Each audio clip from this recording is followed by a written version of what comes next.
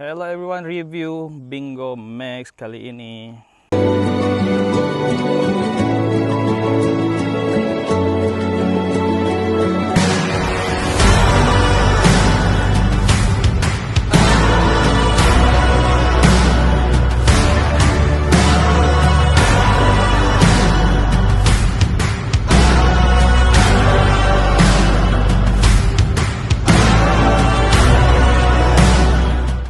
Jam menunjukkan 6.38, sempat lagi untuk buat konten pendek berkaitan dengan ini. So, sebelum ini jika anda perasan, kereta ini ada cover rim yang lain.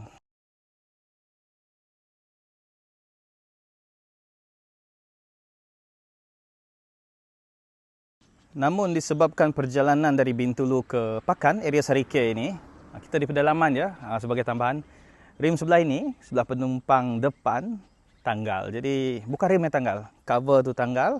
Jadi kita gantilah balik original. Jika anda membeli stok punya Bingo Max, so inilah rim cover stok dia. Tema retro mereka cakap tu sebab mereka guna rim yang beginilah. Jom kita tengok zoom. Ini dia dengan logo Wuling ya. Desain yang ketara dan menonjol lah untuk produk Bingo. Jika dibandingkan dengan EV yang lain, desainnya lebih moden, yang lebih simple. Tapi Bingo ni kan dia retro modern. Jadi inilah dia desain mereka. Tapi saya nak retrokan lagi dengan cover rim yang lain. Kita dah order di Shopee spare dia sebab kita tinggal 3 cover rim. Satu dah hilang dalam perjalanan Bintulu Sarike ya, Bintulu Sarike dah hilang satu. So kita buka dan ganti. Dan hari ini kita dah terima, dah parcel.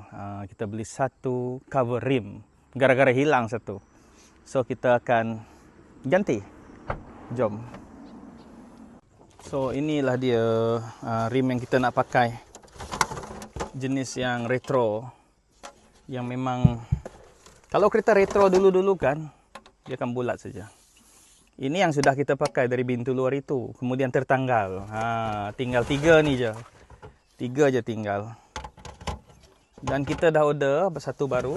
Sampai je dari Shopee depan sini. Gara-gara ni. Gara-gara yang baru. Harap tak salah lah.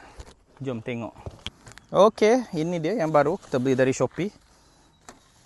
Dan akhirnya dapat ganti balik yang hilang dalam perjalanan.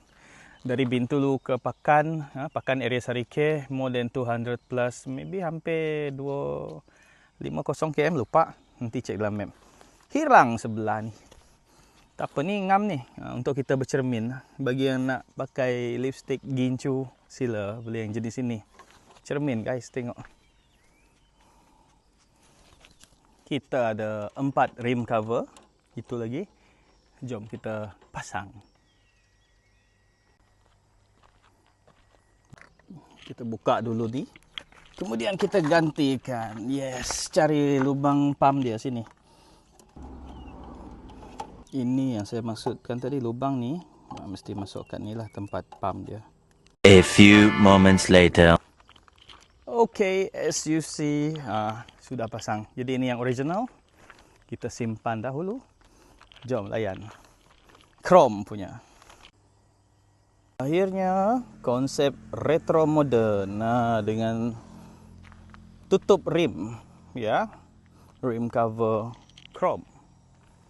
Kita dah lihat dah. Nah, ini beza. Inilah perbezaannya. Akhirnya tema chrome makin menjadi-jadi. Banyak chrome.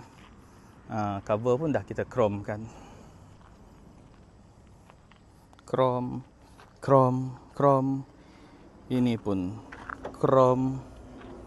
Ini pun chrome dalam, jangan sebut lagi. Banyak. Okay, that's all for today. Thank you for watching. Kita dah jadikan cover tayar dia chrome.